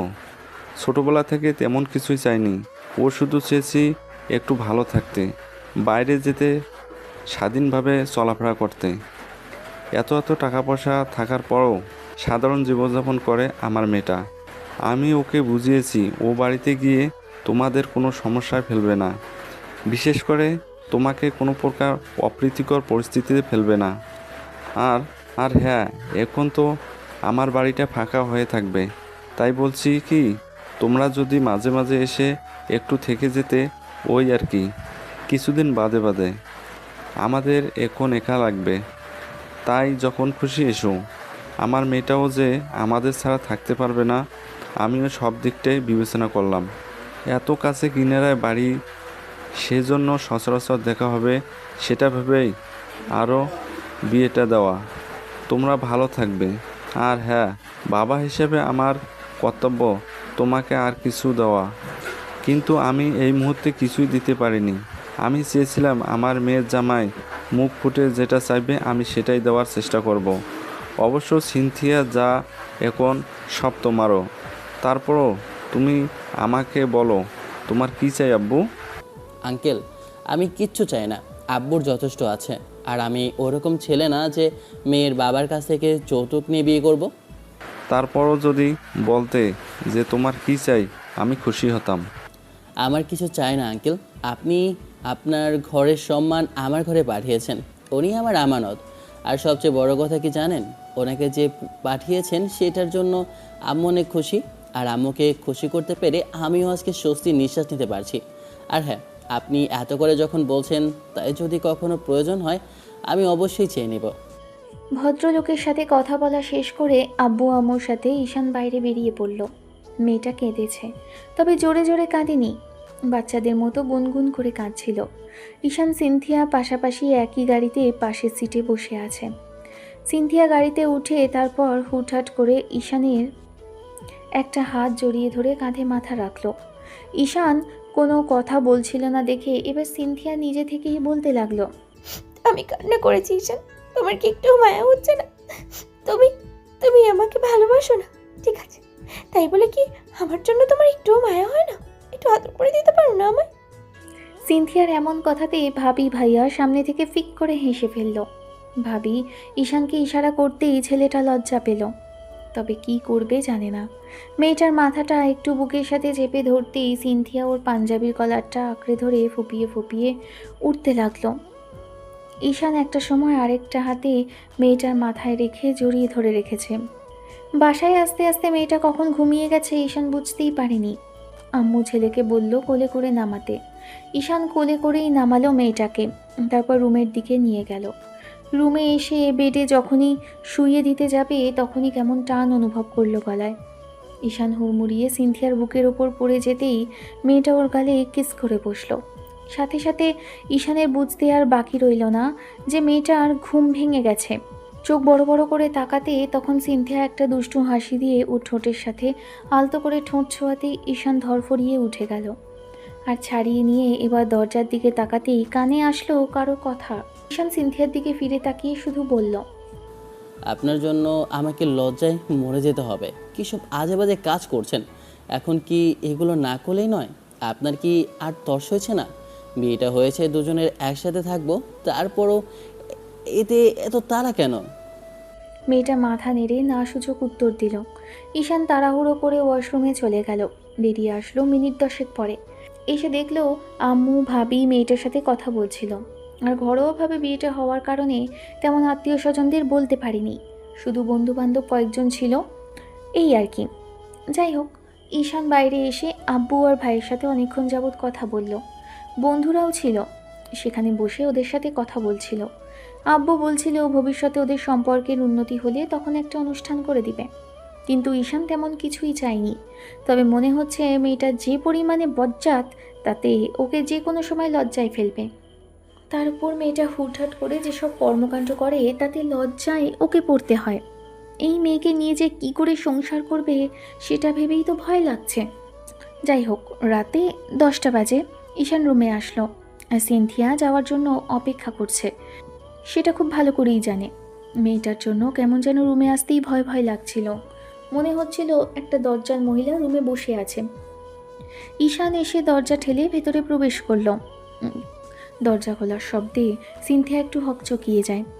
তারপর যখনই উঠে বসে খেয়াল করে দেখে ঈশান এসেছে। মেয়েটা নেমে এসে সালাম করতে গেলে ঈশান উঠিয়ে ওকে দাঁড় করালো। তারপর মেয়েটা যেটা করলো সেটার জন্য ঈশান প্রস্তুত ছিল না, কারণ সিনথিয়া হুটহাট করেই ওর শার্টের কলার আঁকড়ে ধরল আর কিছু বুঝে ওঠার আগেই ছেলেটার ঠোঁটের সাথে ঠোঁট মিশিয়ে দিল। ঈশান বুঝতে পারলো যে মেয়েটা এখন রোম্যান্টিক টর্চার করবে নিশ্চয়ই। ঈশান চুপ করে আছে। সিনথিয়া ওর ইচ্ছে মতো ঈশানের ঠোঁটে কিস করতে লাগলো। মিনিট 5 পরে ছেড়ে দিতেই ঈশান বেডে বসে হাঁপাতে লাগলো আর বলতে লাগলো, আমাকে কি মেরে ফেলার ইচ্ছা আছে আপনার? কিসব কর্মকাণ্ড করেন? সবার সামনে নির্লজ্জ বেহায়ার মতো এগুলো না করলে হয় না?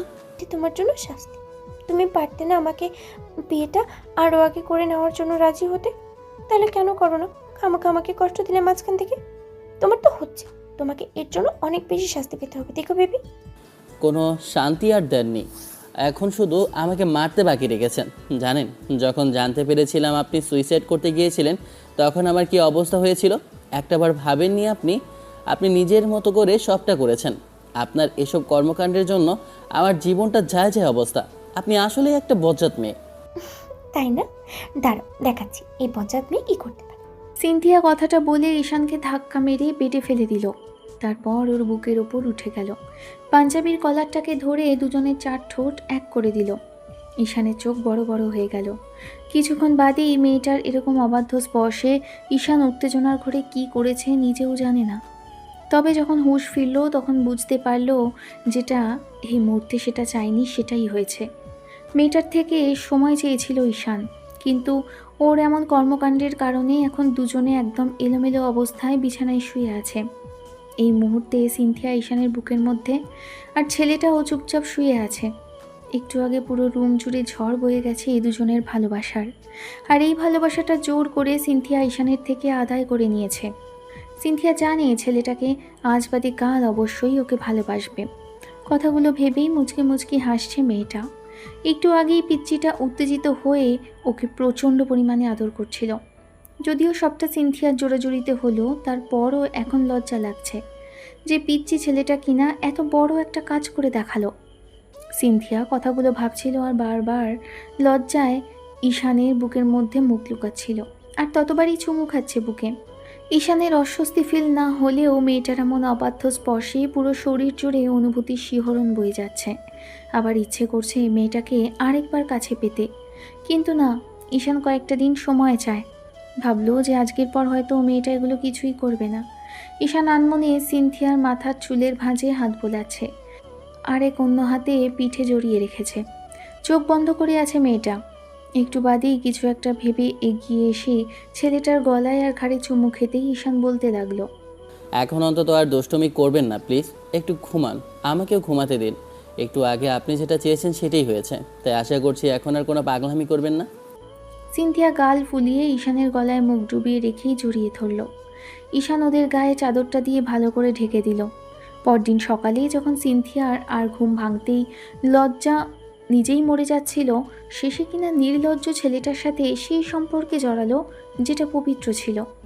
তারপরও লজ্জাজনক লাগছে যে জুনিয়র একটা ছেলেকে এমন করে ভালোবেসেছে। ঈশানের সামনে আসতেই তো লজ্জায় শেষ হয়ে যাবে, কিন্তু ঈশান তো বলে ওনাকে নির্লজ্জ বেহায়া এগুলোই। ভাবতে ভাবতে সিনথিয়ার শাড়িটা কোনো রকমে গায়ে পেঁচিয়ে ওয়াশরুমে চলে যায়। লম্বা একটা শাওয়ার নিয়ে বেরোতেই মনে হলো যে ঈশানকে ঘুম থেকে ওঠানো দরকার। ছেলেটাকে বারবার ডাকতেও যখন ঘুম ভাঙলো না, তখন সিনথিয়া আবার চুলের পানিগুলো পিচ্চিটা মুখের ওপর দিতেই ঈশান ধরফরিয়ে উঠে বসে। মেয়েটাকে সামনে এরকম ভেজা চুল নিয়ে বসে থাকতে দেখে কিছুক্ষণ ঘোর লাগা চোখে তাকিয়ে রইল। এই মুহূর্তে সিনথিয়াকে বড্ড বেশি মোহনীয় লাগছে। সিনথিয়া এবার ঈশানের গালে একটা চুমু খেয়ে বলতে লাগলো, এই নাও, আদর করে দিয়েছি। এখন যাও, ওঠো, উঠে গিয়ে ফ্রেশ হয়ে এসো শোনো। সিনথিয়ার কথাতেই ঈশান মাথা নেড়ে চলে গেল। সিনথিয়া বুঝতে পারল ছেলেটা আজকের পর থেকে ওকে আর ইগনোর করতে পারবে না। শত হলেও জামাইটা তো ওরই। ঈশান গোসল করেই বের হতে দেখল সিনথিয়া এখনও আয়নার সামনে বসে নিজেকে গোছাতে ব্যস্ত। কালো শাড়িতে মেয়েটাকে অসম্ভব রকমের মায়াবী লাগছে। মায়াবী লাগবে নাই বা কেন? বউটা যে ওর, আর এত এত সুন্দরী একটা বউ থাকলে সুন্দর লাগারই কথা। নিজের বউকে সবারই নাকি সুন্দর লাগে, তবে ও যে মেয়েটাকে দেখছে আসলেই একদম পরীর মতো। ঈশান কিছুক্ষণ ধরে চুপ করে রইল। সিনথিয়া উঠে দাঁড়ালো, তারপর ঈশানকে আয়নায় দেখে বলতে লাগলো, অন্য কোনো জামাই হলে এতক্ষণে আমার কাছে চলে আসতো, আর তুমি কি না আমার থেকে দূরে দাঁড়িয়ে আছো। জামাইরা কত রোমান্টিক হয়, বউয়ের কাছে আসার জন্য নানান বাহানা খোঁজে, আর তুমি একদম আনরোম্যান্টিক, কিচ্ছু বোঝো না। জোর করেই আমাকে কাছে আসতে হয়। কোথায় কোথায় একটু এসে পেছন থেকে জড়িয়ে ধরে আদর করবে, সেটা না, উনি ওখানেই দাঁড়িয়ে আছে। ঈশানের বিরক্তি লাগলেও বেডের দিকে যেতে গেলে এর মাঝে সিনথিয়া ওর হাতটা ধরে নিজের দিকে ফেরালো, তারপর ওর কাছে চলে আসলো। ঈশানের বুকের ওপর এক হাত রেখে আরেক হাতে মাথার পেছনে রাখতেই তখন ঈশান অবাক চোখে তাকালে মেয়েটা আলতো করে ওর গালে চুমু খেলো। তারপর ঈশান কিছু বুঝে ওঠার আগেই সিনথিয়া ঈশানের ঠোঁটের সাথে ঠোঁট মেশালো। কয়েক মিনিট বাদে সিনথিয়া হঠাৎই ঈশানের ঠোঁটে কামড় বসালো, সাথে সাথে ঈশানের হুঁশ ফেরে। ছেলেটা নিজেও রেসপন্স করছিল। ঠিক তখনই এরকম একটা কাণ্ড ঘটল। মেয়েটাকে ছেড়ে দিয়ে দূরে যেতেই সিনথিয়ার এবার বোধগম্য হলো উত্তেজনার বশে ছেলেটার ঠোঁটে কামড় বসিয়ে দিয়েছে। এরকম একটা কর্মকাণ্ডের জন্য এখন নিজের লজ্জা লাগছে। নিজেকে কেন কন্ট্রোল করতে পারছে না মেয়েটা। ঈশান এবার ঠোঁটে হাত দিয়ে দেখলো রক্ত। ছেলেটা তাতেই খানিকটা রাগী চোখে তাকিয়ে থেকে বলতে লাগলো, সব সময় এগুলোর জন্যই কি আমাকে বিয়ে করেছেন? বিয়ের আগের দিন থেকে দেখছি আপনি এগুলো নিয়ে ব্যস্ত। মানুষ কি বিয়েটা শুধু এই ফিজিক্যালি ইন্টিমেট হওয়ার জন্যই করে? আমি জাস্ট অবাক হচ্ছি। আমি কাল ভেবেছিলাম আপনার কাছে একটু সময় নেব, কিন্তু না, আপনি সেই সময়টুকু আমাকে দিবেন না। আপনি বারবার করে এগুলোই করছেন। আমার অস্বস্তি লাগছে, একটু সময় দিন আমাকে, তা দিবেন না। আপনার নিজের মতো করে আপনার এগুলো চাই, তাই তো? ঠিক আছে, আজকে থেকে আপনি যখন যা চান, যখন যেমন চান তখন তেমন করেই আমাকে কাছে পাবেন। ভালোবাসা মানেই শারীরিক সুখ, সেটা আমি জানতাম না। ঈশানের এমন কথাতে সিনথিয়া মুখে হাত দিয়ে কেঁদে ফেলে আর বলতে আরম্ভ করে, আমি সরি ঈশান, আমি বুঝতে পারিনি তোমার সময়ের প্রয়োজন। তোমাকে ভালোবাসি তো, তাই জোর করে বারবার কাছে চলে এসেছি। আমি জানি তুমি আমাকে ভালোবাসলেও কখনো নিজে থেকে কাছে আসবে না, নিজে থেকে আমাকে আদরও করবে না, সেই জন্য নিজেই চেষ্টা করছিলাম। কিন্তু তুমি যে আমাকে এত বাজে ভাববে জানতাম না। মানুষ ঠিকই বলে, ভালোবাসার মানুষের স্পর্শটা তখনই মধুর হয় যখন যখন অপরপরের মানুষটা তোমাকে ভালোবাসবে। কিন্তু আমি ভুলেই গিয়েছিলাম তুমি আমাকে ভালোবাসো না। পরিবারের চাপে আর আমাকে বাঁচাতেই বিয়েটা করেছো। আমি আজকের পর থেকে আর তোমাকে কোনোভাবেই জোর করবো না, দেখো। সিনথিয়া কাঁদতে কাঁদতে ব্যালকনিতে চলে গেল। ঈশান কয়েকবার মেয়েটার সাথে কথা বলতে চাইল, কিন্তু রাগের কারণে গেল না। ভাবলো একটু কাঁদুক। সারাদিন সিনথিয়া ঈশানের আশেপাশে ঘুরঘুর করলেও আর কখনো ওকে বিরক্ত করেনি। 2 দিন বাসায় থেকে তারপর শ্বশুরবাড়ি গিয়ে 1 সপ্তাহ কাটিয়ে এসেছে। সেখানে সিনথিয়া বেশ স্বাভাবিকভাবেই ছিল। রাতে ওকে কখনো নিজে থেকে জড়িয়ে ধরেনি, উল্টো দিক ফিরে শুয়েছে। আর বাসাতেও ঠিক তাই করেছে। সিনথিয়া এখন নিজে থেকে ঈশানের হাতটা পর্যন্ত ধরে না। এসব নিয়ে এখন ঈশানেরই খারাপ লাগছে। কেন যে মেয়েটাকে সেদিন ওরকম করে বলতে গেল। সিনথিয়াকে এসব বিষয় নিয়ে কিছু বলতে গেলে মেয়েটা ওকে এড়িয়ে যায়। ঈশানের মনে হয় বউয়ের তো ওর কাছে আসার অধিকার আছে, তাহলে কেন এমন করে আটকালো। 1 মাসের মাথায় ঈশানকে আব্বু অফিসে পাঠালো। আর অফিসে যাওয়ার পর থেকে ঈশান খুব বড় একটা প্রজেক্টে হাত দিয়েছে, যার জন্য একটু ব্যস্ত।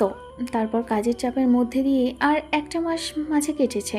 এই 1 মাসে ঈশান নিজে থেকে কতবার সিনথিয়ার কাছে আসার চেষ্টা করেছে, ততবারই মেয়েটা ওকে ইগনোর করেছে। সিনথিয়াকে এখনও দিনমোহরের টাকাগুলো দেওয়া হয়নি। ঈশান ভেবেছিল সব পরিশোধ করে মেয়েটার কাছে আসতে, কিন্তু মেয়েটার দেরি সহ্য হয়নি। 2 মাসের মাথায় সেদিন যখন প্রথম শিফটের কাজগুলো ডেলিভারি করেছিল ঈশান, সেদিন বড় একটা পেমেন্ট পেল, যেটা থেকে সিনথিয়ার দিনমোহরের টাকা হয়ে যেত। আর ঈশানের কাছেও কিছু ছিল যেটা দিয়ে সম্পূর্ণটা হয়ে যাবে। তাই ঈশানও খুশি মনেই সেদিন বাড়ি আসলো আর মেয়েটাকে সারপ্রাইজ দিবে বলে। কিন্তু এসে দেখলো মেয়েটা রুমে নেই। তখন ঈশান ওর জন্য আনা চকলেট, নেকলেস আর যে পায়েলটা এনেছিল সেটা বেডের উপর রাখলো। কিন্তু আবার পরক্ষণে মনে হলো মেয়েটাকে পরে সারপ্রাইজ দিবে। ঈশান সিনথিয়াকে ডাকলে মেয়েটা আসলো। রাতে ঈশান দিবে বলেই রেখে দিয়েছে। ডিনার করে ঈশান আজকে বাসার বাইরে কাজে যায়নি। সারাক্ষণ সিনথিয়াকে দিয়ে এটা করিয়েছে ওটা করিয়েছে, ডেকেছে। মেয়েটা সবসময় চুপচাপ থাকে আজকাল। রাতে যখন খাওয়া দাওয়া করে দুজন রুমে আসলো, ঈশান দরজা লাগিয়ে দিতে মেয়েটা একবার ওর দিকে তাকিয়ে তারপর বেডটা ঠিকঠাক করতে লাগলো। হয়ে গেলে তখন ঈশান ওকে ডাকতেই মেয়েটা এসে যখন সামনে দাঁড়ায়, ছেলেটা ওর হাত ধরে সামনাসামনি বসিয়ে তারপর নিচে উঠে যায়। তারপর ওর প্রাপ্য জিনিসগুলো আর গিফটগুলো এনে দিতেই সিনথিয়া প্রচণ্ড পরিমাণে খুশি হলো। মেয়েটা খুশি হলেও চুপচাপ রইল। তখন ঈশান বুঝতে পারলো যে এগুলো ওর ভালোবাসার কাছে ফিকে। ঈশান নিজেই সিনথিয়ার পায়ে পায়েলটা পরিয়ে দিল। তারপর পায়ে চুমু খেতে গেলে সিনথিয়া পাটা সরিয়ে নেয় আর বলতে আরম্ভ করে, কি করছো ঈশান? পায়ে চুমু খেতে নেই। তুমি আমার হাজব্যান্ড। তুমি যতই আমার থেকে জুনিয়র হোক, তারপরেও তুমি আমার থেকে সম্মানে বড়। হাজব্যান্ড কখনো স্ত্রীর থেকে সম্মানের দিক থেকে ছোট হয় না ঈশান। ঈশান এবার মেয়েটাকে নেকলেসটা পরিয়ে দিল, যার জন্য মেয়েটা প্রচণ্ড পরিমাণে খুশি হলো, তবে ওকে জড়িয়ে ধরল না। ঈশান আশা করেছিল মেয়েটা ওকে জড়িয়ে ধরবে। তারপর শেষে দেনমোহরের টাকাগুলো দিলে সিনথিয়া বলল, আমার এগুলো কিচ্ছু চাই না শোনো। আমি তোমাকে পেয়েছি, সেটাই আমার কাছে অনেক বড় পাওয়া। সত্যি তো চাই না? সিনথিয়া ততক্ষণে উঠে গেছে। টাকাগুলো ওয়ার্ড্রপে রেখে এসে তারপর আবার সামনে বসতে যাবে, তখন ঈশান ওর হাত ধরল। সিনথিয়া অবাক চোখে তাকালে যখন ঈশান প্রশ্নটা করবে, তখন সিনথিয়া অসহায় কণ্ঠে বলতে লাগলো, আমার চাওয়াতে কি আর চাই আসে বলো? দুজনেই চাইতে হয়। আমার চাওয়াতে তুমি কি করবে? না, অনেক রাত হয়েছে, এবার শুয়ে পড়ো। কিন্তু আমার যে অন্য কিছু চাইবো। মানে? ঈশান মেয়েটাকে টেনে এনে ওর কোলের মধ্যে বসাতে গেলে সিনথিয়া বেডে বসতে চাইল। ঈশান জোর করে মেয়েটাকে কোলের মধ্যে বসায়। সিনথিয়া অবাক হলো। ঈশান পেছন থেকে মেয়েটাকে জড়িয়ে ধরে শাড়ির নিচ দিয়ে পেটের উপর 2 হাত রেখে গলায় আর ঘাড়ে কয়েকটা চুমু খেয়ে নিয়ে কানেও আলতো করে চুমু খেলো আর বলল, আই নিড ইউ ডেডলি জান। সিনথিয়া যেন লজ্জায় শেষ হয়ে যাচ্ছিল। ঈশানের হাত দুটো খামচে ধরল আর কাঁপা কাঁপা কণ্ঠে বলল, কিন্তু তুমি তো আমাকে এমন করে চাও না। তুমি না সময় চেয়েছিলে, আর আমি না তোমাকে বিরক্ত করি। বিরক্ত করেছিলেই তো। প্রথমে এরকম করে ফিজিক্যালি ইন্টিমেট হলে যে কারো ভালো লাগবে না। তুমি যদি আমার জায়গায় থাকতে তোমারও ভালো লাগতো না। আর সবচেয়ে বড় ব্যাপার কি জানো, আমার আগে তোমার দেনমোহরের টাকা শোধ করে দেওয়ার আগে ইচ্ছা ছিল, কিন্তু তুমি সেটা করতে দাওনি। তাই তোমাকে রাগের মাথায় এমন কথা বলেছিলাম জান পাখি। তার মানে এখন থেকে রোজ আমাকে ভালোবাসবে, রোজ আদর করবে? অবশ্যই করব। আমার এত সুন্দরী একটা বউ, তাকে এত ভালোবাসি, তাকে সেই ভালোবাসাটা একটু দেখাতে হবে না? তুমি না আমাকে বলেছিলে আনরোমান্টিক, তাহলে একটু রোমান্টিক তো হতেই হয়। সিনথিয়া কোনো রকমে ঘাড় ঘুরিয়ে ঈশানের গলাটা জড়িয়ে ধরতেই ছেলেটা ওর ঘাড়ে নাক ডুবিয়ে দেয়। সিনথিয়া ছেলেটার চুলগুলো আঁকড়ে ধরে। এই যে দুজনের মাঝে এখন কি হবে সেটা আপনারা খুব ভালো করেই জানেন, একটু আগেই দেখে নিয়েছেন। দেখা হচ্ছে অন্য কোনো দিন, অন্য কোনো গল্পে। ততদিন পর্যন্ত সুস্থ থাকবেন, ভালো থাকবেন, আমাদের সাথেই থাকবেন। ধন্যবাদ। আল্লাহ হাফেজ।